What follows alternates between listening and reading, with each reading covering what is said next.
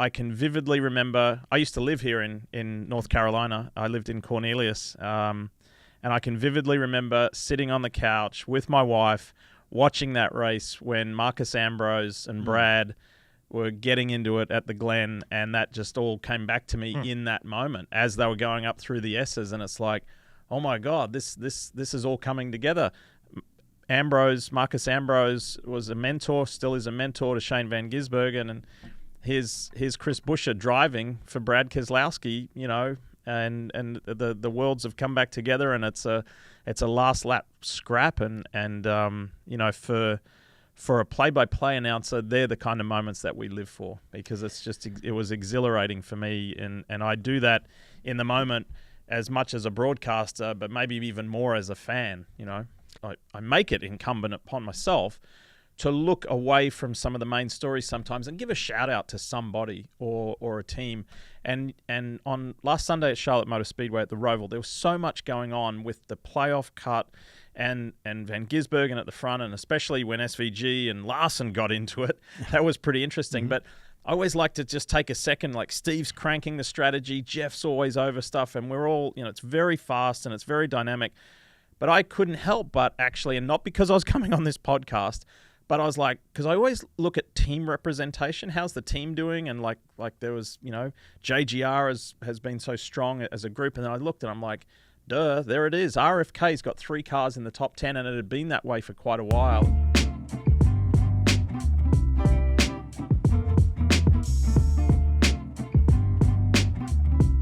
Welcome in. It's Backstretch Banter on Sirius XM NASCAR Radio Channel 90.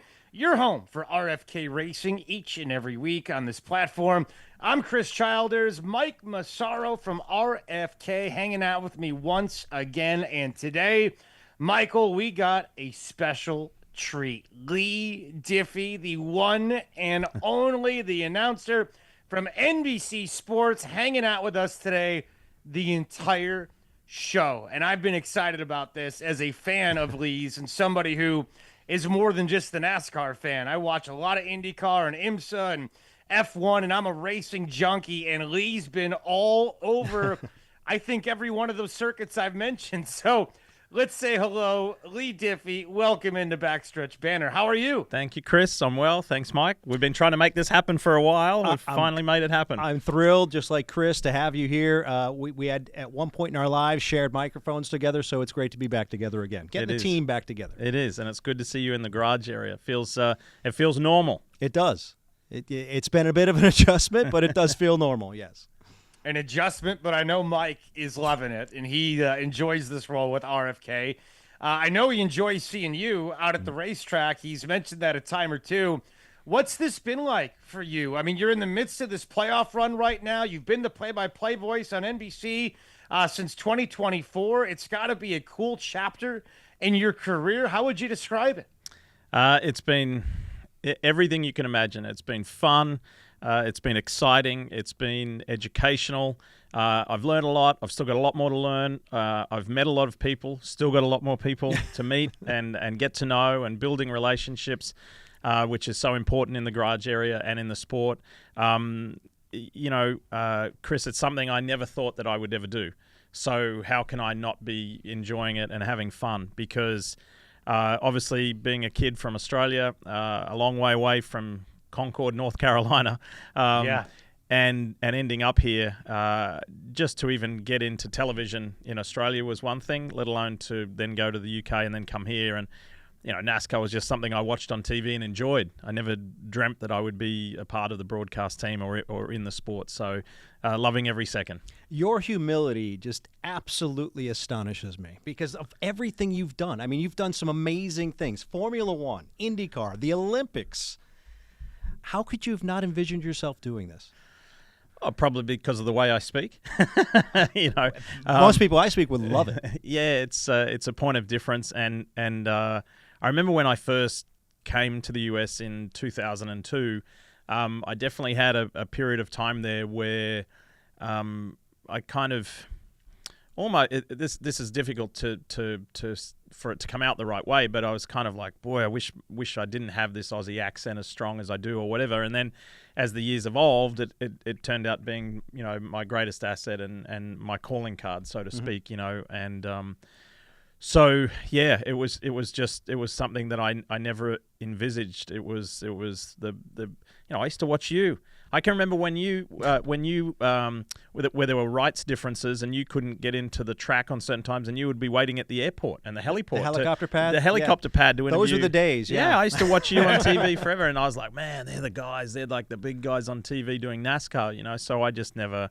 I always was always ambitious and always had goals, but NASCAR was never on the radar because I just didn't think it was attainable or achievable. So well, Chris, that blows me away because, Leigh has by far been one of the most talented people I've ever worked with. I mean, to try to do what he does in terms of doing play-by-play is just unattainable for so many people. The excitement level he brings, the information he brings, the homework he has done before the broadcast, it is just unparalleled with... Can I add to? I actually really think the accent adds a little bit of class to the broadcast. It adds to me. It adds something to it, and I'm not sure if there's an element to this or not. But maybe Leigh can add something to this because, NASCAR is such an American phenomenon. I get that, but like Leigh said, he was paying attention to it in Australia. When you have different voices, different people around it, is there any thought that it's going to help grow the sport beyond our borders? I'm not sure if I would, be part of that, but I just think NASCAR as a sport is way beyond the US borders. I spent a couple of years living in the UK and my main job was working for the BBC, but I would do some side jobs on Sky Sports, and my friend was a producer there and also had his own motorsport show on Sky Sports in London, and we would do the big races like the Daytona 500, etc., live on Sky and have a studio element to it. And I'll tell you a funny story that like you talk about full circle moments in life and stuff that you could never have dreamed of happening.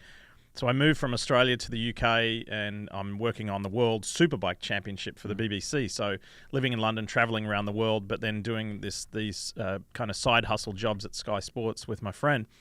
And he this is in 2000, he asked me to be a studio panelist for the Daytona 500, not the host, because I was used to being the host, but there was a British host, and I'm like, I'm not sure if I can be the analyst. I'm not certain by a long stretch, not an expert at all. And he's like, no, you'll be fine. Just talk about it. You've got a good knowledge of all that. You'll be just fine. And I want to use you for the studio element. Well, the studio element was they had a Dale Jarrett Ford Credit show car in the studio, and I did like a walk and talk around. And look, it doesn't even have headlights, and it doesn't have this, and for the British audience, And here we are, however many years later. Dale Jarrett's been to my house, had dinner, knows my family. We're mates. We play golf together, and to call DJ a friend is a pinch me moment. And 25 years ago, I was doing a walk around of his show car. Yeah, that was the show and tell. That was the show and tell. Was the car the accurate depiction of the car that was on the racetrack? Or yeah. Was it? Yeah. They must have sourced it, from here, and whether it was a Ford thing or a team thing, I'm not sure, but that was pretty cool. Great memory. Yeah. So how does it compare? How does calling a NASCAR race compare to the other things you've done, from biking to motorcycles? You mentioned IndyCar a little bit ago, F1. You've kind of done it all, BBC, all of that. How does this sport compare when it comes to just the length of the race, the grind of the race, everything that goes into it from a broadcasting point of view? Yeah, it's its own beast, right? It's big, and that's the word, for want of a more, fancy or more polished term. A lot of my friends, after I first started doing NASCAR full time last year, they said, "So how is it? Like, what's it like?" And I just said, "It is a big show. Like, it's a big show. Like, walking through the garage area, and this is not just to NASCAR. It's across a lot of series. The way that it used to be, you would have a portion of the garage area, and then you'd get down to the tail end, and the quality of the cars or the quality of the partners or whatever would fall off. And that's the nature of motor racing. That's the way it is. And I was like, there is no fall off here. Like, it's every team, every car. I said it's a big show, and you know, I've just tried to methodically, Chris, take it step by step, bit by bit. You know, learn my way through it and use what I've done from the other categories to not just to get by, but to succeed in calling NASCAR, because it is so different. Great point about the length of the races, because, you know, some of the other categories that I've called, it's a lot shorter. But I've been surprised at I haven't, probably the only race that I looked at my watch or my phone was, I think, Bristol earlier this year, or a few weeks back, where it was 10:58 p.m. and we still had about 140 laps to go. And I was like, oh my God, this is the first time it's felt long. Well, the good news is that laps at Bristol are only about 15 seconds so each. But you've covered so many different styles of racing, so many big events in the course of your career. What are some of the memorable moments in racing that you've been a part of?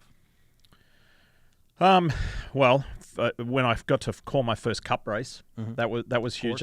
That was at Watkins Glen back in 2017, and it was radio style, and that was really neat.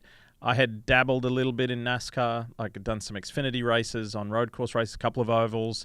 Back when I worked at Speed Channel and we were at the same track on the same weekend, which was Watkins Glen, they'd let me do practice and some qualifying. But to get the opportunity to call my first Cup race, then the Indianapolis 500, you know, that's in the same bucket as NASCAR. I never thought I'd get a chance to call the Indy 500. That was just something I watched on TV and dreamt about, you know. And so those kind of things, the Bathurst 1000 back in my home country of Australia, calling the Monaco Grand Prix.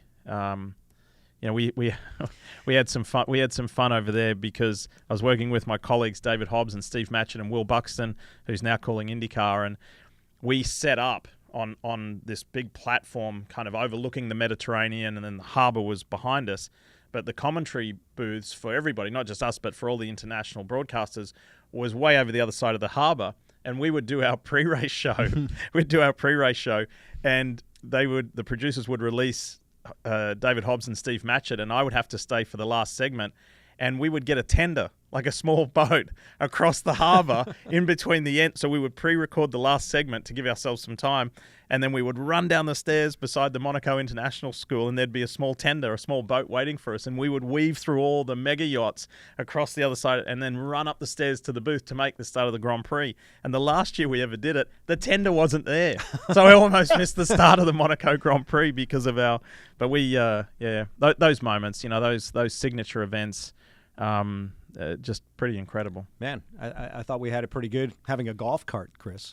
I know, that's pretty good with the yacht and the whole thing. My goodness. You know, you mentioned Will Buxton.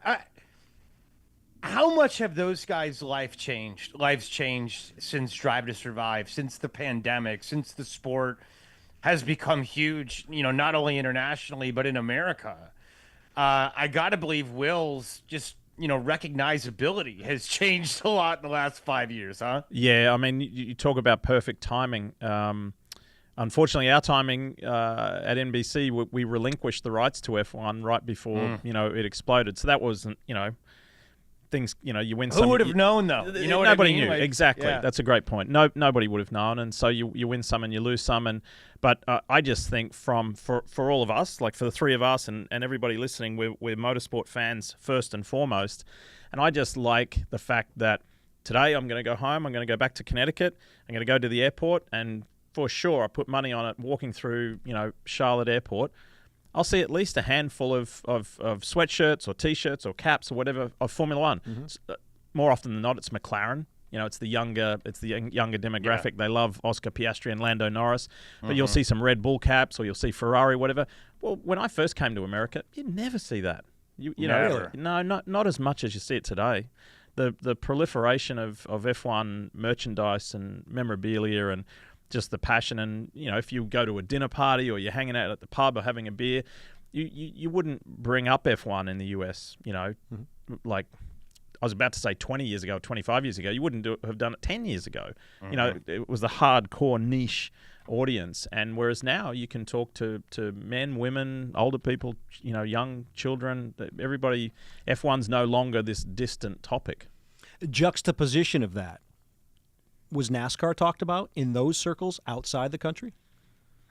Not in mainstream. Like if you were to go to Europe and talk about it, no, for sure not. But I would love to see. I think Chris, you touched on this a little bit earlier about the international and so it's certainly not globalization, but the international aspect of NASCAR. I'd love to see an international race. And I just think kind of if you use the NFL as a guide, that recent game in Ireland and plenty of crowd interest. Gives the US fans who want to, if they want to travel and do something different. And I don't know where that ideal destination is. Yeah, I was going to ask because Mexico City obviously was tried this year. Yep. Canada's been attempted before. Yep. Years and years and years ago. Japan was Would on the international schedule. fan like our version of street racing, or would they rather Yeah, of course. see an oval? Oh, of course they would. I mean, look at what we saw yesterday. Look at what we saw at the ROVAL this past weekend. It was incredible. No, they'd love it. I mean, all you got to do is put on good racing, which NASCAR does, virtually every weekend. Not every race is a blockbuster, but it can't be. But I just think good hard racing would go down well anywhere. Pick a cool destination, and if it works financially, that's the key thing. If it works financially, then I don't see it not being successful. Well, I mean, there's aspirations to have the sport, go global, and I know that there's some very smart people, looking into that. You've been around the globe. Is there any part of the world where it would seem the most fertile ground for a NASCAR race right now? Oh, that's a good question. Maybe for simplicity, and I'm not talking about somewhere where the haulers could drive to. So if we're talking about going a little bit further, I think for the ease of flight, just go to Europe, right? From here, from Charlotte, 6-hour flight, and that's a lot more achievable than saying go to Southeast Asia or Australia or Japan again or somewhere like that. I think that's probably a little more achievable. Look, I was fortunate to call the 24 Hours of Le Mans a dozen times and go there a couple of more times. And when you go to the pre-race in race week where the teams, all the drivers, the cars, they have to go through tech, which is called scrutineering. And scrutineering is an event in and of itself. The crowd that swells around the scrutineering, all the drivers and teams have to walk with their cars as it goes through tech, and the drivers are all in their gear, carrying their helmets. I mean, it's a real spectacle. And year after year after year, the most popular car that had the biggest crowd and the biggest fan interaction was Corvette racing. So there's I think it's all too easy to say, the Europeans wouldn't like our form of racing from NASCAR. I think the contrary. I think the opposite, because look at Garage 56. When Hendrick Motorsports and Chevrolet and Goodyear and all of the entities that were involved, Mr. France and Mr. Hendrick's vision to take, a NASCAR to Le Mans. Yes, it was heavily modified, but I was there that year. Calvin Fish, my colleague and friend, we were there that year. And in the lead up to the race where they have the autograph session, I can't remember which day it's on, the same day they have the pit stop competition, I think. And all of the drivers come out in front of their garages in pit lane. They have the tables set up, and the fans can walk down the pit lane and get their autographs. Well, of course, like the really big prototype teams, they've got a big, healthy gathering. The French teams have a big, healthy gathering. And I distinctly remember being down the pit-in end of pit lane and looking up towards pit-out, which is where the Americans were in Garage 56, and you could not walk past there. The crowd was so swollen around Garage 56 to see Mike Rockenfeller and Jensen Button and Jimmy Johnson. It was, and see awesome. That car. And then when they go and win the pit stop competition, the NASCAR way, and it was such a successful venture. And to me, that is proof in the pudding that if you put a NASCAR race on in Europe, I think it would be hugely welcomed and successful. Well, I would look forward to that. That would be exciting. There's lots of, we watch Formula One racing. There's lots of amazing venues that series visits, and I know that the folks here in NASCAR land would love to go see some of those places and love to race at some of those places. God, it would be cool. I'm just like, can you imagine going to Abu Dhabi with a NASCAR dude, crew? like Silverstone. I mean, there's so many different options out there. And for me, why not? I know there's going to be people that are listening that are going to fight back on this. They're going to be like, no, this is an American sport, American tracks. That's ridiculous, blah, blah, blah. Let's not. You tried to screw with the sport a lot in the past, and look what happened, and da-da-da-da-da. But truly, I think we are leaving a lot on the table. And there's an entire world that would love our product the way that we do if we just give it to them. And I think, God, I love this conversation. I also love what you just told us about Le Mans. That's my bucket list. That's the number one race that I've never been to, that I need to go to, that I've wanted to go to. I've tried to make plans for it. Something always comes up. It's always around my damn anniversary, which is always an issue. But still, a good excuse to go to France. Your wife doesn't listen to the show, does she, Chris? She's in the other room, Hope not. So she might have heard that. Okay. Actually, Making sure. But yeah, it's the coolest, and to know that the Americans have that kind of impact there warms my heart. It really does. Let's take a break. We got more. This is a fun conversation today. I knew it would be. Leigh Diffey hanging out, Backstretch Banter with RFK. We're back here. It's Backstretch Banter, Sirius XM NASCAR Radio, Channel 90. This is your home for Roush Fenway Keselowski Racing. We've got a special non-team member as a guest today, but somebody that we love. Leigh Diffey with us, the lead commentator for NBC NASCAR. The playoffs going on as we speak. We're coming off the road race at Charlotte at the ROVAL, which was a lot of fun. Great finish. SVG continues to find success. Joey Logano, very excited this past weekend. It RFK, for that matter. We had a good weekend as well. Let's talk about the ROVAL. Certainly, we're in playoff time. Everybody's kind of got a little different strategy depending on if you're, racing to win a championship or if you're just racing to win a race. But from your perspective, how did you think the last one went down in Charlotte? Well, I've never seen a NASCAR race where two cars came across the finish line in reverse. So let's start there. You're not alone, by the way. It was crazy, and I think what reflects that is just think back to watching the broadcast, how many times we had three boxes on the screen. Because our director had to do that to cover everything. So, it was usually one on SVG or one on Christopher Bell and Kyle Larson, and then the other one on Ross Chastain and the other one on Joey Logano. There was just so much going on, and it was a real tap dance for us of just trying to. It was an enjoyable challenge to tell not the story, the stories, because it was such a moving target. And it was one of those races that flew by. It was a race where I thought it was extremely challenging to the crew chiefs from a strategic standpoint to make the right call. Obviously, that killer call from Paul Wolfe for Joey Logano at the end. And I defer to our Hall of Famer Dale Jarrett, who said if Joey Logano goes on and wins the championship, we could remember and look back at Paul Wolfe's call. That could have been a championship-winning call. No doubt. Every call from since the beginning of the playoffs through the end is going to be a factor, especially when every point matters, and we saw that. Every point definitely mattered, every position on the racetrack. So what's it like for you knowing that everything you see on pit road could be the difference in this championship? It's heavy. It's heavy, and I really feel for the crew members because as I came in here today, I heard the guns going off and pit stop practice happening, right here at RFK. But that is as close as you can get to the real thing. But there's nothing like the real thing. No. And for those members of the teams, of the crews that have to do that, and it's split second, and it's make or break, and it's if I do something wrong, this could leave us out of the playoffs. I mean, the pressure doesn't get any bigger, and so I always spare a thought for the crew members, because they're being put to the test and in front of national and international audience, and it's tough. And I think, there's that saying, pressure is a privilege. I'm not sure how many felt privileged yesterday or the other day. No. That was intense.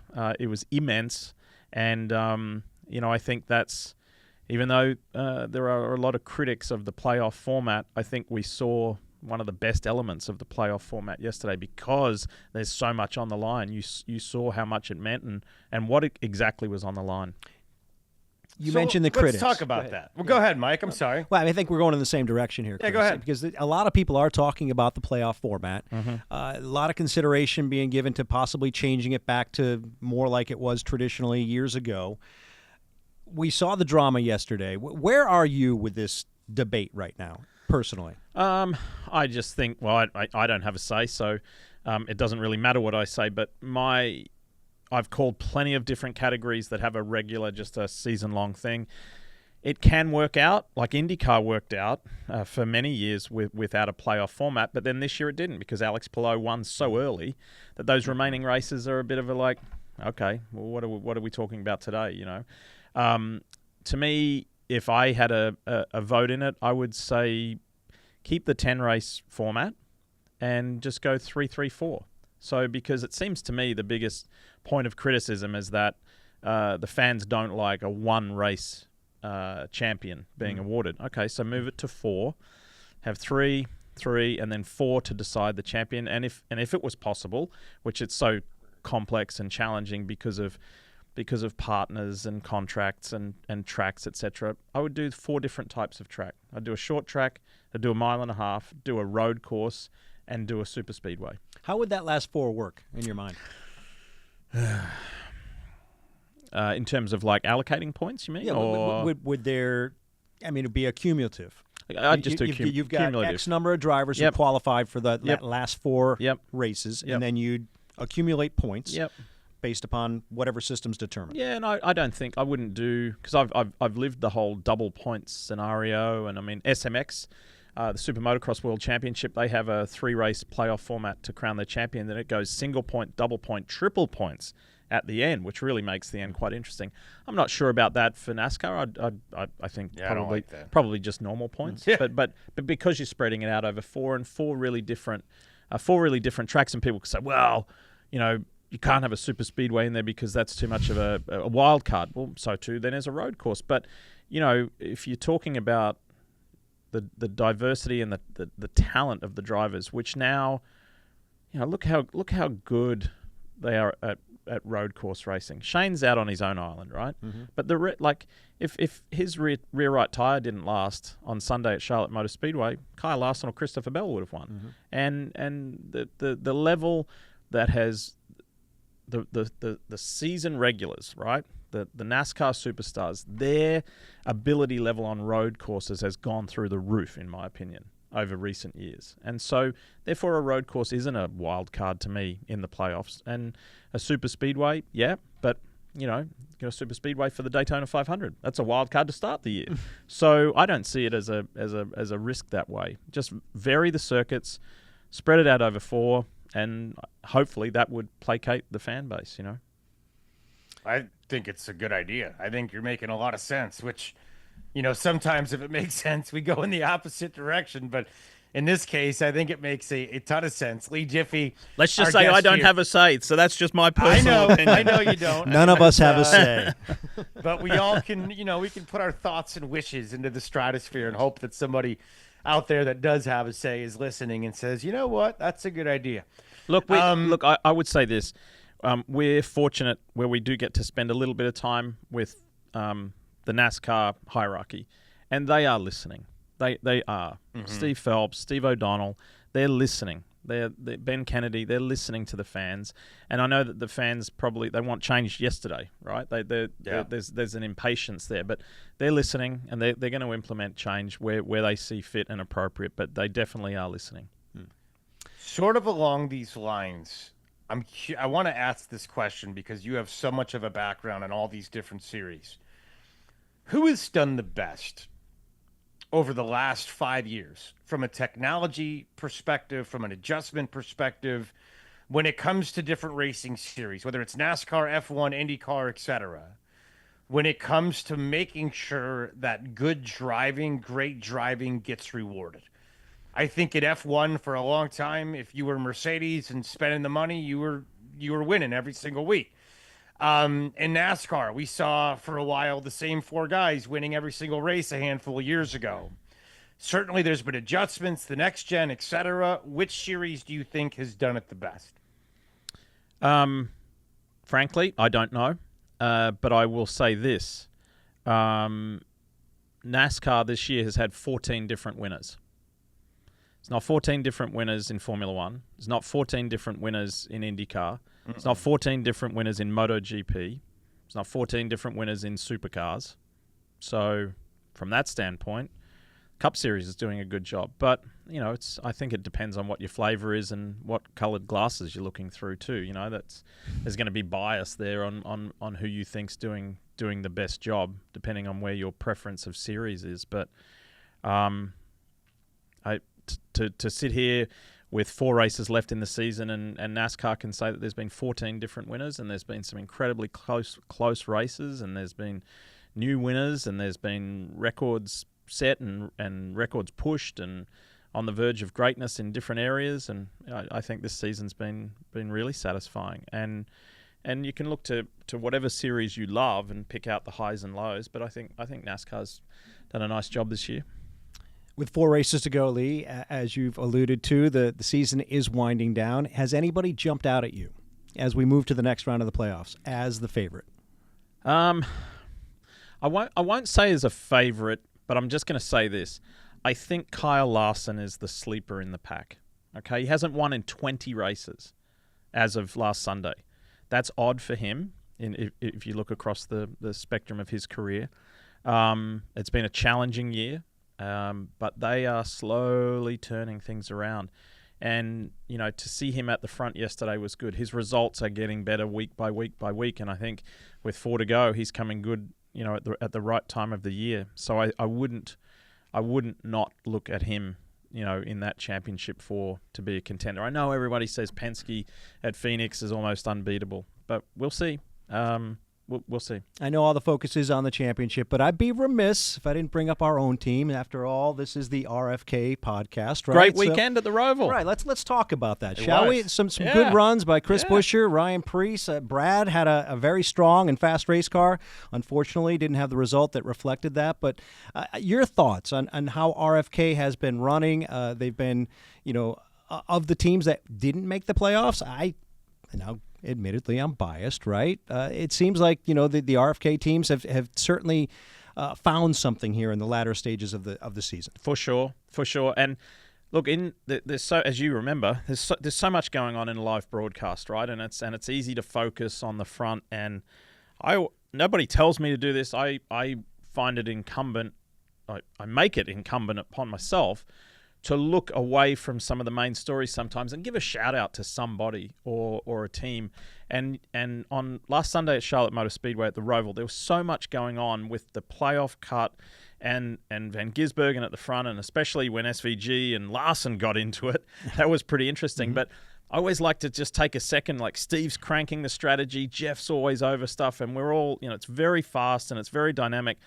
But I couldn't help but actually, and not because I was coming on this podcast, but I was like, because I always look at team representation. How's the team doing? And like there was, JGR has been so strong as a group. And then I looked and I'm like, duh, there it is. RFK's got 3 cars in the top 10, and it had been that way for quite a while. And Michael McDowell had a great day for Spire as well. And so I always like to just throw them a bone or give, so many men and women behind the scenes at the organizations like this. And they deserve to get their team mentioned and their driver mentioned, and I always try. I don't do a great job all the time, but I always try and sprinkle in some sponsor names as well. It helps. It helps everybody. A healthy team makes a healthy sport, makes the whole environment healthy.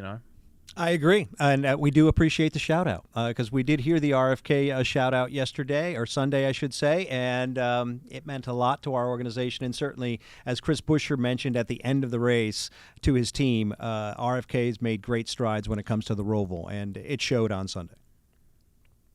It really did. And you know what? It'd be really nice if Leigh could go ahead and mention us in Victory Lane once over the next 4 weeks. That would be kind of cool, too. Yeah, it'd be nice. Let's take a break. We got more with Leigh Diffey. When we come back, I got to get into that call that he had last year for Mr. Buescher, speaking of Chris, when he was in Victory Lane at Watkins Glen. That was a hell of a call. Heck of a moment for RFK. We'll get into it next right here on Backstretch Banter. We're back here. It is Backstretch Banter on Sirius XM NASCAR Radio, Channel 90. Getting excited for another big race this weekend. We got some great sponsors as we go out west. Next Lizette, International Delight, and Kroger and Crumble Cookies going to be a part of our program this weekend on the 617 and 60 respectively. It's been a fun racing season so far. Certainly we got a handful of races left, bunch of teams fighting for the playoffs. But I wanted to go back, and Leigh Diffey's our guest today, the broadcaster from NBC. I want to go back to one of your calls a year ago. If you remember the moments when Chris Buescher found himself in Victory Lane at Watkins Glen, it was a hell of a finish. We have talked about it. We've played the call. We love the call. It's kind of special over here. But what do you remember about that moment, that race, and Buescher's win, sir? I remember getting so caught up in it that I owed Mike Bagley an apology because we were meant to be doing it radio style, and I got so engrossed in the moment, and it was incredible. And you know, as Mike knows all too well in live TV, you stuff comes to you in the moment, and I can vividly remember. I used to live here in North Carolina. I lived in Cornelius. And I can vividly remember sitting on the couch with my wife watching that race when Marcus Ambrose and Brad were getting into it at the Glen, and that just all came back to me in that moment as they were going up through the S's, and it's like, oh my God, this is all coming together. Marcus Ambrose was a mentor, still is a mentor to Shane Van Gisbergen, and here's Chris Buescher driving for Brad Keselowski, you know. And the worlds have come back together, and it's a last lap scrap, and you know, for a play-by-play announcer, they're the kind of moments that we live for, because it was exhilarating for me, and I do that in the moment as much as a broadcaster, but maybe even more as a fan, you know. An incredible call. And I mean that most sincerely. I mean, it was an amazing call. The way that you were able to weave in the stories of past finishes at Watkins Glen just was at the next level. You know, as a broadcaster myself, I just sat there and I listened and I said, I don't know if I could ever make a call like that, no matter how hard I worked, because it was just natural God-given ability for you to recollect that story about Marcus Ambrose and weave it into what was going on in current time. Just my tip of the cap to you. And yeah, I can understand why Mike deserved the apology. I'm sure he accepted it very well. Bags are going to be fine. Trust me. Bagman will be just fine. He'll live. He'll be okay. And I'm sure he's been okay ever since. Leigh Diffey, our guest. It was a great call, great moment. Buescher kind of backdoor in there, and it was a lot of fun to watch it last year. Like I said, if you want to go ahead and mention us in Victory Lane over the next 3-4 weeks, that would be nice as well. Well, think about what that win means to Chris, right? That's almost like a David and Goliath on the road courses, and as good as Chris is on the road courses, right? SVG is the target for everybody, and the list of people who have beaten Shane Van Gisbergen on a road course is very small. And Chris Buescher has his name on that list, so that's a very proud moment for Chris and for RFK. Let's talk about how SVG. How is SVG perceived internationally since he came over to NASCAR and is kind of dominating that end of the circuit? Oh, well, I can't speak for the whole world, but incredibly well, because it's unprecedented. You know, what Marcus Ambrose did many years ago, that was special. But Shane, even Marcus has said Shane's in a different category. And now that now that SVG is he got his first top 10 in an oval race at Kansas. Now it's moving in a different direction, right? Because it was a little while ago that I think it was Kyle Larson said, if this guy learns how to race ovals, we're in trouble. So no, I think it's from an interest standpoint that people are intrigued. Like, how is this guy from New Zealand, a tiny little country, in the Pacific that only has 4 million people, produce this guy who can come to a foreign racing series and do so well. And look, the thing that I find most fascinating is that if Chicago didn't go the way it went, we may not even be talking about this. He didn't know where it was going to go. I don't think Justin Marks knew where it was going to go either. I mean, it all went to plan, and it was incredible. It wasn't like Justin didn't bring other famous racing drivers to Trackhouse, right? What was it called? Project 91? Project 90? Yeah, Project 91. So, unfortunately for everybody else who had that ambition, SVG killed Project 91 because they didn't need to bring in anybody else. They found their man. So everybody seems to have a theory as to why he's so good on road courses. What is yours?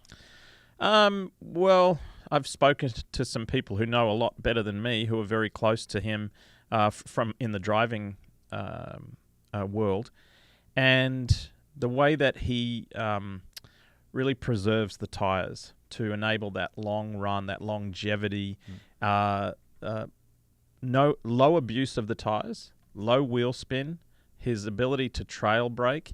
I used it yesterday on the broadcast, but it wasn't my word. A Hall of Famer from Australia told me his tire management and his braking is exquisite, and he just people talk about him being a brute and aggressive. He's an animal in the car, but it's actually quite the reverse. He's quite elegant and he's very smooth, and that's why he's able to. I mean, it's such a desired blend, right? To be smooth and fast, and save your tires, and that's what gets everybody scratching their heads. Like, how does this guy do it? Is it a coincidence No. that he and Marcus Ambrose, both from that same area, that same discipline of racing, have come to NASCAR and been so successful? No, I think there's a nice, even though they're very different cars, I think there's a nice crossover there between supercars and NASCAR, and they come off quite a narrow tire in supercars. So you've got a big heavy car with not monstrous brakes and not super wide tires. So that teaches you that delicate balance and that car control. So I think that crosses over really well. And one big element, if you listen to Shane speak, he will bring it up more often than is recognized, is flat out he is having fun. Because he was done in Australia. He was worn out. He was at loggerheads with the series. He wasn't enjoying the racing, and he was done. We could be saying Shane Van Gisbergen, a Bathurst winner, a multi-time champion, and retired at 36. But he came here and he fell in love with racing. He just wants to drive cars, and he gets to drive a car every weekend. That's his dream. And so he's living his dream. And I know how that feels, because I come from that part of the world too, and I'm living my dream. And so I see a lot in him. Like I can, and we've chatted on the phone, and he's telling me about where he lives here in North Carolina, and all those little different things that you don't think about, that most Americans don't think about when somebody moves here. It's getting your social security number and opening a opening a bank account and what's this Publix? What's a Kroger? What's real life stuff? And then you got to go out on track and people expect you to perform. So I think he's transitioned really, really well, and his wife Jess and they've done a terrific job. You realize America is the country of convenience pretty quick when you're like, what the heck is a Costco? And then you figure it out and you're like, this is mind-blowing. Mind-blowing. Let's take a break. We got more with Leigh Diffey. Got a few minutes left. I actually am curious to know more about the New Zealand racing culture, because for such a small country, I don't know. Scott I'm an Dixon, Aussie. What's that? I said, I don't know. I'm an Aussie. I know that, but you were just talking about how yeah. SVG's from there. Scott Dixon is from there. Scott McLaughlin's from there. Hell, Bruce McLaren is from New Zealand. Denny Holm. Kind of a weird culture that's been birthed out of a small place. But We'll continue our conversation with Leigh Diffey next right here on Backstretch Banter. We're back here on Backstretch Banter, Sirius XM NASCAR Radio, Channel 90. Chris Childers, Mike Massaro from RFK. This is your weekly home for Roush Fenway Keselowski Racing, and today it's been a special treat hanging out with Leigh Diffey as we get ready for Las Vegas this weekend as the playoffs continue to unfold. Mike, we got a few minutes left to go, and I know you want to dig a little deeper into the life of Leigh, so feel free, my friend. I know there's a lot out there that people don't know about Leigh, and one of the main things, I think, is the fact that you started as a racer, right? Before broadcasting. You actually were in the trenches as a motorcycle racer, and I think it started as a child, if I'm correct. Yeah, I wasn't a very good one. That's why I talk about it. I started out, my dad, my grandfather were all into motorcycles. My older brother raced, and then so I guess it trickled down to me and started racing dirt track motorcycles, a little bit of motocross, mainly flat track, and then just grew up in that culture, and that's how I ended up in... I went off to college to become a PE teacher, and I studied agriculture at high school. I thought I was going to be in ag economics or somewhere in the agricultural world. Took a crazy right turn and ended up going to university to become a PE teacher. Did that. While I was doing that, had an opportunity to do some public address commentating at the local dirt track where I raced myself, and I'd stopped, and then it kind of went from there. I can't imagine you as a physical education teacher. I only did it for 2 years. Yeah. Teachers. What spare a ages thought did for you- teachers. Did you work with? 12 to 18. Yeah. Oh, so you had some characters, I'm Yeah. sure. That you, Yeah, I did. So spare a thought for teachers. They do a great job. They're underpaid. My wife is a teacher, so Yes. yes, I'll say Vastly good underpaid, things, of course. honestly, So I for know what you they went do. down the entrepreneurial road as a businessman a little bit. So, and from what I understand, one of your first clients was Roush Racing. Yeah, that's true. When I was working at Speed Channel, had a side hustle where myself and old racer Jack Baldwin, we had a small company where we were representing an Australian brand of coolers, radiators, oil coolers, heat exchangers, whatever, and they were super successful in Australia, but didn't really have a footprint here in the US, and so we brought them to road racing and NASCAR and sports cars, etc. And Roush, sadly, one of the engineering and exploratory gurus who used to be here, the late Brad Francis, he was our window into what was then Roush Fenway before RFK, and so this organisation was one of our first clients of buying those radiators and heat exchangers and oil coolers, and so I did that for about 5 years, and it's they've gone on, they make an incredible product, gone on to be a roaring success. Yeah. No question that Leigh has paid his dues. No question. He's done everything. Gym teaching and selling parts and broadcasting, and it's kind of a wild thing. What your first broadcast that wasn't PA was when and what series? It was the Australian 2-litre Super Tourers. So before Supercars, it was a totally different series. And so that was an offshoot of the British Touring Car Championship. So you had those 2-litre BMWs and Audis and Volvos and cars like that, really pretty high tech. And that was in the mid 1990s. In 1996, and I did the majority of that 96 season. That was for a production company which aired on a television station on a network. That exposed me to the management of that network, and the very next year is when the network that I work for, Network 10 in Australia, they'd gained the rights to what would become V8 supercars. And so I was only 25 years old, and I got the opportunity of a lifetime, and I couldn't believe it, and it went from there. Very lucky. Amazing. Right time, right place. Yeah. And Leigh a lot Diffey of and the good people. Wiggles, the proud pride of Australia, right there. I love that story. I think that's really incredible. Everybody has to get a break like that. And the first time you do it, like when you look back on it, are you ever embarrassed, or did you think you did pretty good? No. I know that I was extremely fortunate. I know how hard I worked, but there were so many people that helped me along the way, and pretty much the key people that helped me get going in broadcasting are I'm still in touch with them today.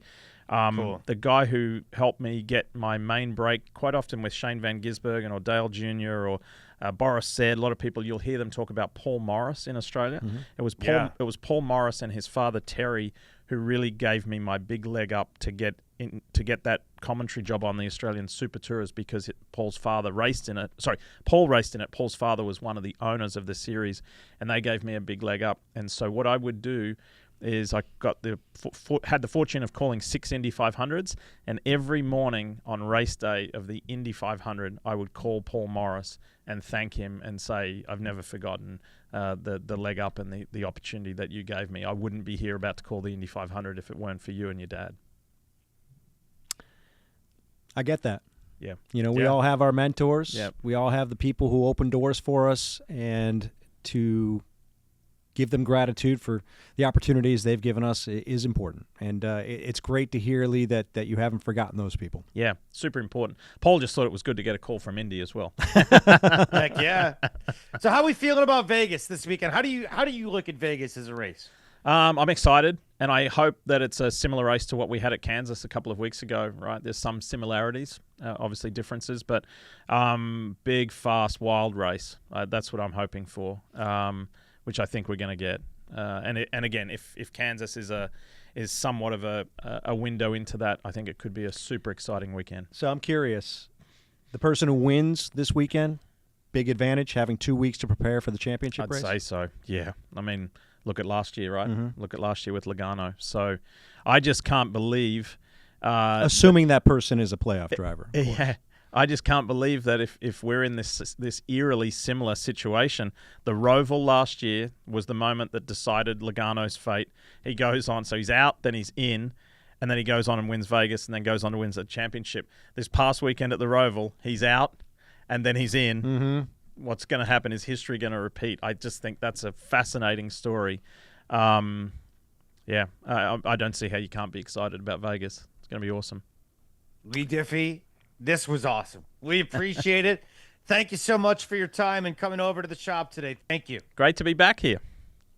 Great to have Leigh on the program. That's going to wrap it up today on Backstretch Banter. I want to thank everybody who helps put the show together, including Thomas Burfield, Elijah, everybody else, our production team back in D.C., and Sirius XM. For Mike Massaro, I'm Chris Childers, and we'll see you next week on Backstretch Banter. Enjoy Vegas, everybody.